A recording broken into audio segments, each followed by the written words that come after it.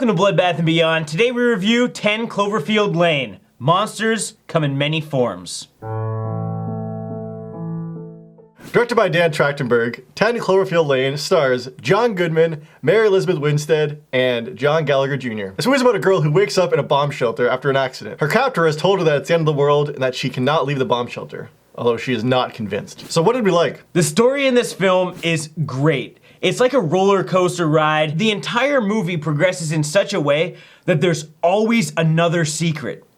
And it's just brilliantly done. It was really nice how they spaced out the tension with subtle and awkward humor, because we're getting this buildup, we're getting this tension, and then they just drop this like really hilarious and awkward moment, and you're just kind of like brought back down to reality, which helps you build for the next secret and the next like intense moment. As soon as they got relaxed, I felt relaxed. And then something would happen and you would just get, oh my God, we're back in it. Like, now what the hell's going on? I really liked that about it. I felt just like I was trapped in the bomb shelter with those characters. This film also had phenomenal acting from all three of our actors. I especially loved John Goodman's character because he showed a wide range of emotions. Because we have him as this like aggressive, like dominant character, a flip of a switch, and he's this like more low-key, soft-spoken, caring kind of guy. And because you're not sure if he's some crazy conspiracy theorist or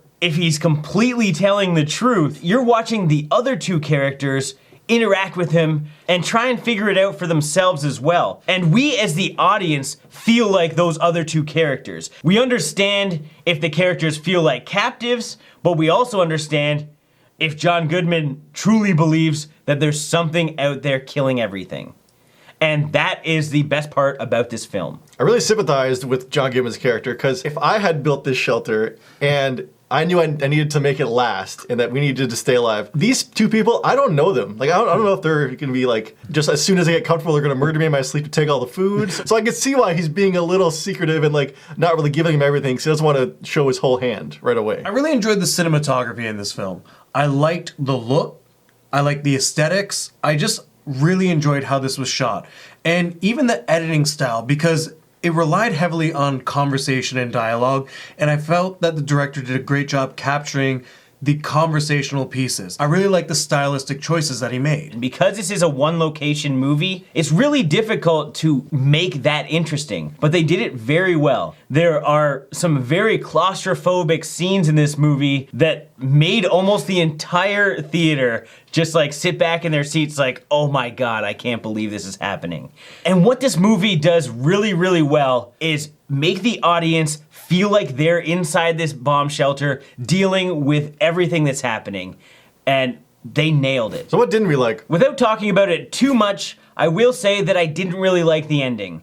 Now, I understand that it needed to exist, however, I just wasn't that interested in it. Not knowing much about this film and whether it is a part of Cloverfield or just like a standalone with the title really bothered me when I was watching the film, because I was kind of anticipating some kind of answer to this question. Is this a sequel or is it a prequel? To me, I think there's gonna be people just wanting that closure, and it's gonna take away from the film. I felt it was kind of a cheap way to gain popularity in this film, is just to like tack it on with the mystery of what Cloverfield was and the popularity behind it. There are certainly aspects to this film that you can tell may have been added on just to kind of tie it into the Cloverfield franchise and the Cloverfield universe. But had those scenes not existed, I think that it still would have been a great movie. It didn't need Cloverfield to latch onto if this is the case. I didn't like the layout of the bomb shelter. It was laid out the way the movie needed it to be laid out, not in a logical layout. And there was also places in the bomb shelter that weren't very accessible, that only motivated the plot to the movie. Now it's time for our final thoughts and ratings. This was a fantastic film from beginning to end, and it was incredibly well acted from all of the cast. It kept the audience engaged because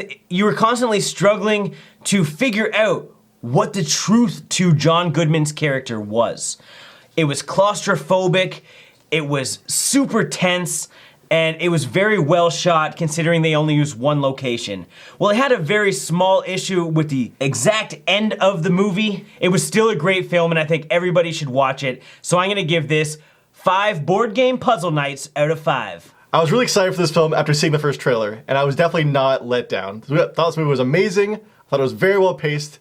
And I was really excited to see what Dan Trachtenberg accomplished. I really loved him on the Totally Rad show, so it's really cool to see where he's come from and where he's going. I'm really excited. I thought it was interesting that they tied this in with the Cloverfield universe to really add that mystery, but I'm not too sure how much it added to the film after seeing it. So with all that said, I'm about to give this film 5 sexy slave selfies out of 5. 10 Cloverfield Lane is an awesome movie. They created this great atmosphere by building tension, throwing in some subtle humor, and developing these characters that were believable and something you could relate to, because they're putting you in a situation that you're trying to figure out what is going on and how they're going to get out of this. The only qualm I have with this film is the Cloverfield aspect, and that is how it relates to the Cloverfield universe. I'm focused more on getting the answers of how they're going to tie this in, but I still enjoyed it, and I thought it was a great film overall, and I highly recommend it. People should go out and see this film because they are going to love it. And with that being said, I'm going to give this film 4 power thrusts out of 5. As always, thank you for watching. Like this video and comment below with your thoughts on 10 Cloverfield Lane.